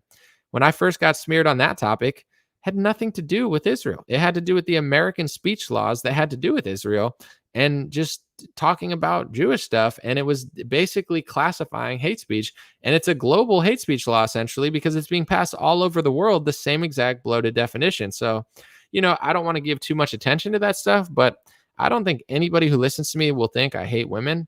I just think people in media that are trying to push a narrative will say that, and I don't care. With that being said, it's the same thing with that topic that I just talked about. If you listen to what I'm saying, I've been so clear. I've been so clear. I don't know how it could be misconstrued, but there's some people that they don't want. I mean, you guys see it on the left. Some people don't want to hear the truth and they don't want to give you a fair shake. They're trying to destroy your character. That's happening with Zionist media to some extent as well. And Like I said, there's a lot of Bolsheviks disguising themselves as conservatives and Republicans, but they're only conservative and Republicans to essentially inject, in my view, the Bolshevik ideology into the right. And the second that people are like, no, nah, we don't want that, they freak out. And like, I don't, I don't feel like picking any unnecessary battles, but there's a guy named Konstantin Kizin that is constantly calling Tucker Carlson the woke right. Like he's trying to brand Tucker Carlson essentially as left wing or too far right or whatever. Like he's basically woke. And it's like, it's the exact opposite. It's like these are the people that are trying to basically smear anybody that goes outside of their control bubble as woke or far right or crazy or anti-Semitic or too racist or like, that game is being played. There's games within games within games, and I see it all. You know what I'm saying? I'm not I'm not dumb. So you can't really trick me. But it's the same thing with like, Peterson and Russell Brand. I want to say this because it's interesting to me. I'm sorry if like this is not necessary, but this is what I like to talk about. This is fun for me. Jordan Peterson has done amazing work in his lifetime. He's an incredible speaker and he deserves everything he's gotten. Russell Brand is a celebrity. I was gonna say A-list. Is he an A-list celebrity? At least B. He's definitely not a C-list celebrity. He's a pretty big star to some extent. Maybe A or B, whatever. It doesn't matter. He's a celebrity, and Russell Brand is a very charismatic guy. He's always got very famous women and attractive women to like him. He's a smooth talker. He's got an interesting accent. He's got a very bubbly personality. Russell Brand deserves everything he got. So I want to premise this with I'm Jordan Peterson and Russell Brand are very interesting characters, and I'm not trying to take anything away from them. But if you ask me, Anomaly, don't you love that Jordan Peterson and Russell Brand? Yeah, a prayer is nice, and I don't care who does it, but it's like Jordan Peterson dresses in these ugly, disgusting, like subversive, like two-faced weirdo suits, and I find them just so weird. And outside of his suit, because that's like a petty thing, he annoys me. He comes to America. He falls for gun control propaganda. He works at Daily Wire. He just turns into like a mini Netanyahu Ben Shapiro that I've never even heard him talk like that beforehand. He's like to me, he acts like he got a lobotomy at the Daily Wire or something, and they just injected their foreign policy into him. And he's just like an angry old man screaming it. Even Ben Shapiro, for as biased as he is, he's like a little bit more dialed back. You know what I'm saying? Like the Jordan Peterson's just weird with it. It just doesn't feel right. And then it's like you get to Russell Brand. This guy converted to Catholicism, and then the next day he's posting tarot cards online. No Catholic or Christians playing with tarot cards. They think they're satanic and subversive. Okay. He's like baptizing somebody in his tidy whities, and he posts a picture of it on Twitter. I'm supposed to look at that and think it's not like complete subversive mockery.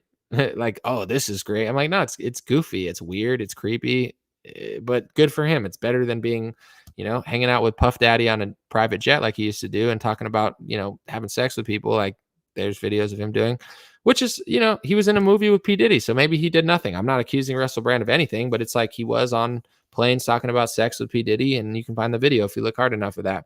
With that being said, now he's a Christian. Now he's forgiven for his sins, and he's, I'm fine with it. But it's like with me, I'm a baby Christian. I have a long way to go before I'm trying to insert myself into Christian or Catholicism in any sort of like meaningful leadership way, right? I talk about it very humbly on my podcast because that's the truth. And I've been thinking about it a lot longer than Russell Brand has. He converts. He's playing with tarot cards. He's in his tidy whities baptizing people, saying, oh, you're not supposed to baptize people when you're so new into Catholicism, but, this guy from the Bible did it. Okay, bro, are you that guy from the Bible in your tidy whities? And then he makes a video and he's like, he makes this video and he says, people are criticizing me wearing my tidy whities and, baptizing people. But the thing is, I'm from Hollywood and I like a lot of attention, and I still like a lot of attention, and it's for Christ. It's like the dude's never not worn a V-neck. His V-necks are cut so his V-necks are cut so low you can almost see his penis. But I'm joking. That's the joke. Hopefully, if Russell Brand saw this, he'd think it's funny. I'm funny too, Russell. We'd probably get along. We'd be friends. But anyway, Jokes aside, it's like he's like, I like attention, so now I'm getting the attention for Christ, bro. You're getting the attention for yourself. If like, yeah, but you're also getting it for Christ. That's cool, but it's like, you know, it is what it is. You can do it, but I just think it's a little cringe and weird and corny and just feels off and just goofy. But knock yourself out. It's definitely better than being a total degen. So I don't mind it. It's just not for me. I don't know, and it's like, I'm not going to like get in my underwear and wear tidy whities and be like, oh, why are people talking about me? Because you're completely nearly naked in a like thing, baptizing someone like you're a pastor. And you've only been doing this for like 2 months. I don't know. It's like that's certain people just like attention. I think that's the truth. Like he said in that video, he's like, I like attention. I'm a celebrity. I've always had a lot of attention. Yeah, that's the truth. That's okay. But like, I don't know. It's just like something like him and Peterson, dude. It's like the two-faced Daily Wire plant. And like he dresses like, go look how Two-Face dressed in Batman. Those suits are ugly. I'm not a fashionista. My shirt's wrinkled right now. I look in the suit though. I'm not wearing some sort of weirdo Two-Face suit like Jordan Peterson. He looks terrible. He looks like just like some strange character. And then the other guy, like someone said, really? Yeah, absolutely. Everything I said. That's just how I feel. I don't like Jordan Peterson. I don't dislike Russell Brand, but I just find him like annoying. But it is what it is. That's just my opinion. I think me and Russell Brand would probably get along if we ever chatted. And I don't know I don't even know if Jordan, like if he got a lobotomy or not, but if Jordan Peterson's still there, then I'm sure we would get along too in person. But who knows? You never know. It'll never happen because I just say my opinions too often. And then, understandably, people probably don't like me. So I'm not playing the victim on that. But I was at one point the guy who just wanted to get along with everybody. And I still kind of am. I'm not a confrontational person. I like to be liked. With that being said, I never talk negatively ever about anyone in conservative media. Never. Always just was like, listen, they're doing what they're doing. I'm doing what I'm not going to comment on any of it. And then they all tried to blacklist me because they're taking money from Israeli donors and they try to pass Israeli Jewish speech laws in America and say it's anti-Semitic to say that they're doing it while they're doing it. So, that's what happened. If anybody wants to know, that's the trajectory. It wasn't I talk shit about everybody and then everybody blacklisted me. They blacklisted me for believing that the First Amendment was more important than their donor money and their fancy hangouts and their career in politics and their dual loyalty or loyalty to money. So, here we are. I didn't start it. We didn't start the fire. Billy Joel, legend. What are you gonna do? So at that point, now I just know, like, there's certain things. I don't know everything. Obviously, nobody does. But I know who everyone is in conservative media. I know what character they are. I know what their agenda is. I know, and I'm not sitting here to say everyone's a bad person. Some people have bias. That's okay. Some people care about their ethnicity or their religion. I don't care. I'm not saying that everyone's bad. I'm just saying I know who everyone is. Like none of this is new to me. Like someone's like, "Did you know that?" Dude, I know it all. You know what I'm saying? I could see the role that Seth Dillon's playing and Konstantin Kizin and Russell Brand and you know what I'm saying? And Jordan Peterson and Ben Shapiro. Like I've told people 5 years ago what Ben Shapiro and the Daily Wire is doing, only for them to think I was crazy for 4 years. And then year 5 be like, dude, you were right. I don't know how I didn't see it. That's wild. It is what it is. Can I play the YMCA song for the intro? No, I would get banned for copyright infringement. Someone said Roseanne. Yeah, I know who Roseanne is too. I've hung out with her 5 times. I literally know her because we're friends, and I like Roseanne a lot. Nothing that she does that's like, oh my gosh, I can't believe I know who she is. We're not going to agree on everything. There's going to be moments where she probably, doesn't like what I say or whatever. But I don't, as long as she still values our friendship, then that's what I care about. I don't care about differences of opinions and stuff. Roseanne's wild, like nothing surprised me with her. She's hilarious. She's funny. She's super Jewish and she's super Zionist. Like someone said I'm a coward. Why am I a coward? Because I'm not an anonymous person on YouTube getting mad. Like, what do you want me to do? Like, like we had conversations about this on our podcast. I've had conversations with her about it privately. I'm not a coward. I'm just not like yelling in a car. What am I going to do? You think I'm going to change the world by having a conversation with my friend who's in her 50s or 60s or I don't, like it's like like there's some people they can't even like change the opinion of their own dad, and then they'll call me a coward because my friend has differences of opinions on certain topics. Like, but to be fair, she said I was right about the speech laws on her podcast. She was like, no, you're completely right about that. So it is what it is. Someone said you should have PF Jung on your channel. Good discussion. Cool. Someone said you won't Roseanne shame. I'm not going to shame my friend. In my opinion, if you're actually friends with somebody, like there's not many people I consider a friend. I consider Roseanne a friend. I consider her son a friend. I consider people like Bryson Gray a friend, Patriot J. I have a lot of friends in this industry, but like people that I really consider friends. If I really want to disagree with them, I'll have a conversation with them about it on their podcast, on their phone. I'm not going to shame them in a video. I don't think that's courageous. I just think that's kind of a dick move. You know what I'm saying? I can make a joke here or there or say I disagree, but it's like I'm going to publicly shame my friend and not talk to them. That's kind of weird, in my opinion. So anybody that I have an actual relationship with, I would rather just talk to them. But I'm not going to convince certain people of other things when it's their ideology. Like it's not my job to convince them. I don't have to agree with it, or I could, the next time we talk, I could say what I agree and disagree with, or have a full-blown debate about it, but I'm not just going to like shame. Someone said, we'll just agree the person who called Anomaly a coward is a troll. I'm not going to call him a troll. It's just someone who disagrees with me. But the thing is, it's like, and this is what I'll say about on the internet.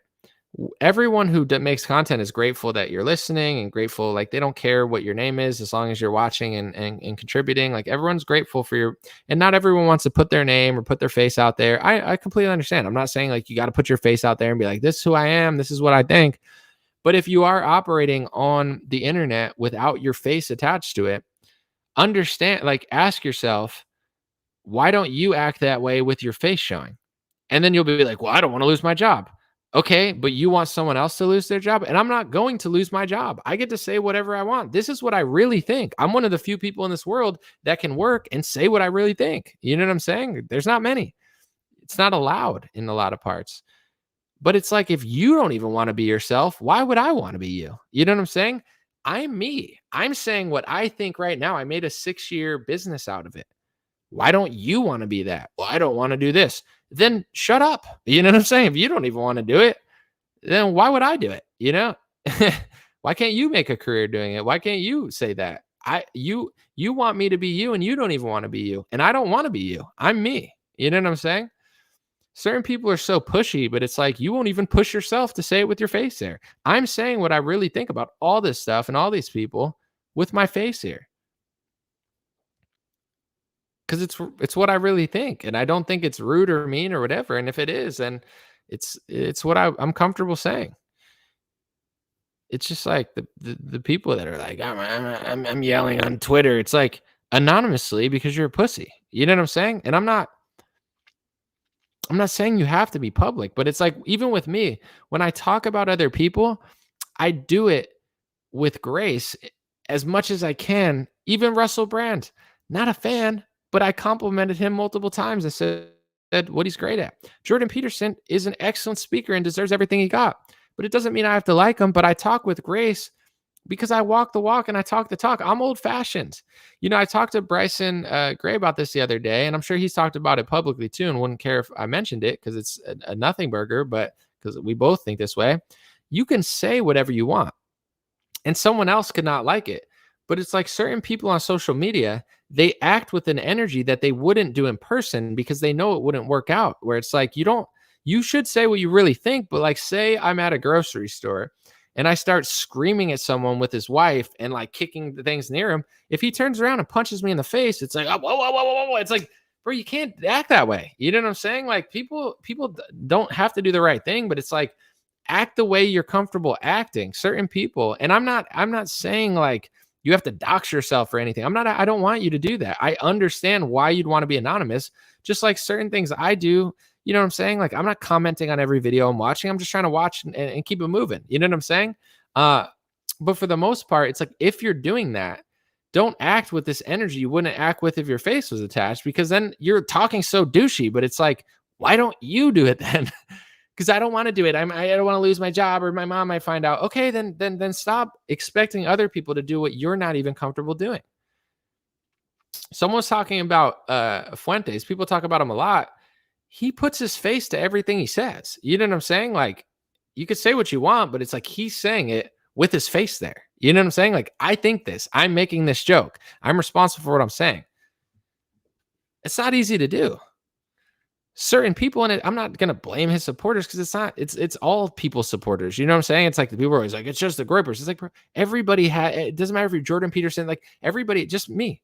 It's a lot of people have people that don't show their face. It's not just them, but it's like everyone's audience acts crazy sometimes.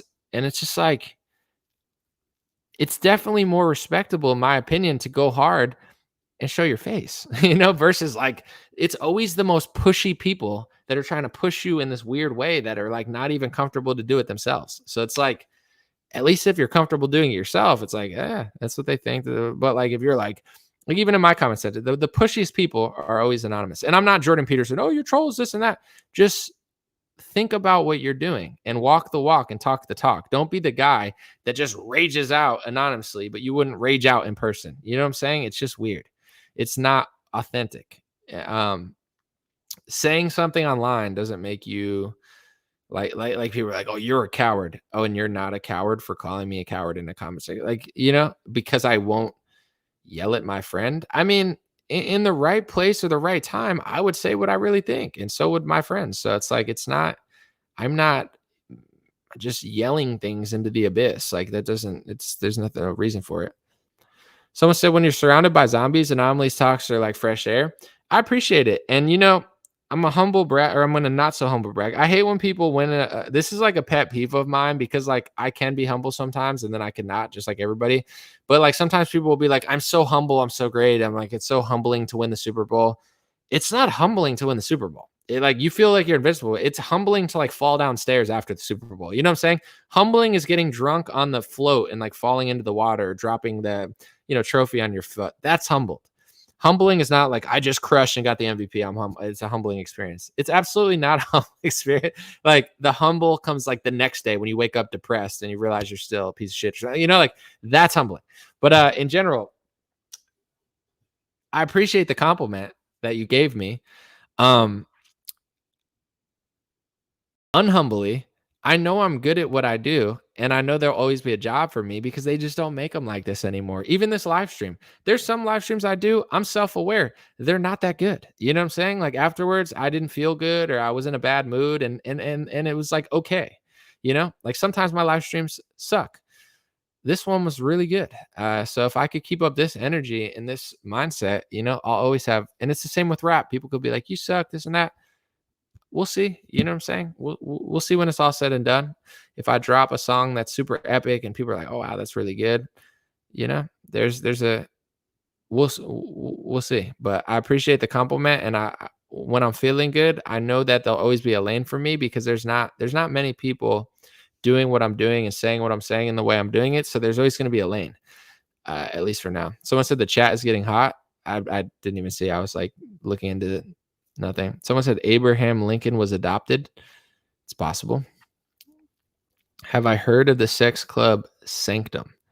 They used to, in LA, they would like push like a stamp, like a ground stamp. If you've ever seen in big cities, they just like stamp the ground, which should be almost like a track, like it's like graffiti on the ground, but they used to stamp that all over the place in LA. So that's as much as I know about it, that it was like probably stamped on the ground in like 100 different places. That was part of their marketing tactic. Same with one Kendrick Lamar album. They were like stamping it on the ground. Someone said, Anam, you do you, bro. You're in your own lane. That's why they're coming for you. I don't know. It's fine. I don't feel like very persecuted or anything. But yeah, at a certain point, like certain people are gonna not like what you say, but I'm not really tripping about it. Can we let Haitians stay if they get rid of pit bulls? Dude, that's really right. No, I'm just kidding, but that's actually really funny. That's a good medium, you know? That's a way to piss off everybody. You're like, what if it was just pit bulls? Now conservative pit bull owners will be like, I was with you when you were saying Haitians are eating cats and dogs, but when you said that they should eat pit bulls, now I'm not. I'm not talking about dogs anymore. That was crazy. Someone said the bucket cuts are in. No, I don't like when it goes to the side. I want it to go straight. It's just when I cut it this short, it like goes to the side until it doesn't. Eventually, I don't want it to I want it to look like that. Not go to the side. It just looks goofy when it does that, but I'm not trying to bring back bucket cuts. It just my hair's not doing what I want it to. Thoughts on chocolate milk? I don't really like milk that much.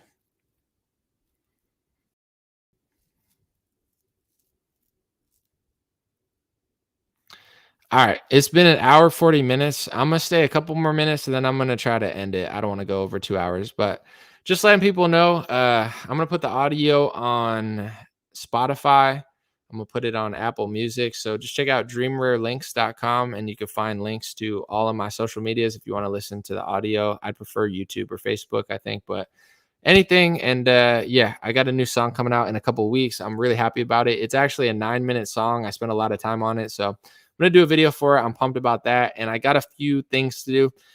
Like I said, for those who care, over the next 3 4 months, I'm gonna have to move a lot of stuff, and I'm doing a lot of things in my life, so it's gonna be a rocky road for a couple months. But eventually, I'm gonna have a new studio and hopefully a team to really do what I need to do on a different level, a better level, and be healthier and happier.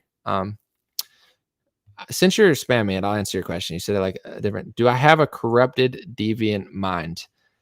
I would say I'm not a perfect person, but I would say I've been doing a lot better in my life. Like I think in my 20s, I was a lot more dumb about stuff. I would say in my 30s, I'm wiser, a lot wiser, a lot more disciplined, and yeah, that would be my answer. Do I have a like a perfect mind where it's like I just completely am avoid? No, but am I as dumb as I was in my 20s? No. So it's called your 20s.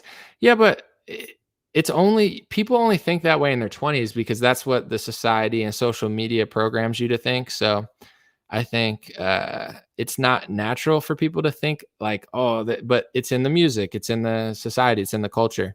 So I think that's why people think like in there, like, oh, this is what it means to be in your 20s. And it's like, that's like a new phenomenon. Someone said I'm against suits. I like suits. Suits are anybody that wears a suit, I think is epic. I just think Jordan Peterson suits are super ugly and just super like goofy. Like it's like if you show up to an event in a cheetah suit, you're in a cheetah suit. So either people are going to think it looks really cool or they're going to think you look really stupid. I'm not a cheetah suit guy, but like I like white suits sometimes. People might be like, "Oh, you're dressed all white. You look like a Backstreet Boy." I like white suits, but some people might not like it. That's okay. Objectively, though, I think a cheetah suit is cooler than Jordan Peterson suits. I just like non-biasly, I think it's the ugliest suit I've ever seen. I like black suits, I like gray suits, I like blue suits, even a baby blue suit. I just think that color pattern, it looks like Two-Faced from Batman. I think it's the ugliest I think it's the ugliest suit I've ever seen. But who cares? That's just I'm just like when when you wear it, you're making like a statement. You know what I'm saying? Like if I dress in all white, I'm making a statement. I don't know what statement he's making, but I just don't like the statement being made. It's like here I am dressed like this suit. Okay, that's fine. I'm just not a fan. But I'm not like a fashionista. Why don't you let me know what you think of the suit? Tell me if you like it. Maybe people think it's awesome. All right. I'm gonna take off. This has gone long enough. Thank you guys for being here. Thanks for chatting with me for a little bit. Appreciate you. God bless you. God bless your family. God bless America. God bless the world. I appreciate everybody, and I will be back with more videos soon. This was fun, and I'm glad that it went well. Sorry, I only talked about JD Vance for a little bit. How long am I going to talk about and watching the speech for an hour? It would be crazy if I talked about it for over an hour. It's like I got to talk about it shorter than them, but the rest of this thing was about other stuff. All right, appreciate you guys. Have a good one. I'll be back soon. Hey, what's going on, my friends? Just a few ways to stay in touch and support if you'd like to. The first way is dreamrare.com. We have blue beanies, black beanies, pink hats, other colored hats, freedom versus tyranny shirts, stay blessed long sleeve, God is great long sleeve, and lots of more cool items coming soon. Dreamrare.com. Check out the shop to support. Everything's made in the United States. Handpicked by me. Patreon.com/raretalk. For $5 a month, you can help support me, support the show. If you haven't noticed, unlike other channels, I don't work with very many sponsors, sometimes none at all. And part of the way I'm able to do that is with the dreamrare.com shop and patreon.com/raretalk. So thank you guys for keeping this show free, unimpeded, uninterrupted. I'm forever grateful. My free email list is stayintouchwithme.com. So check the links below in the description.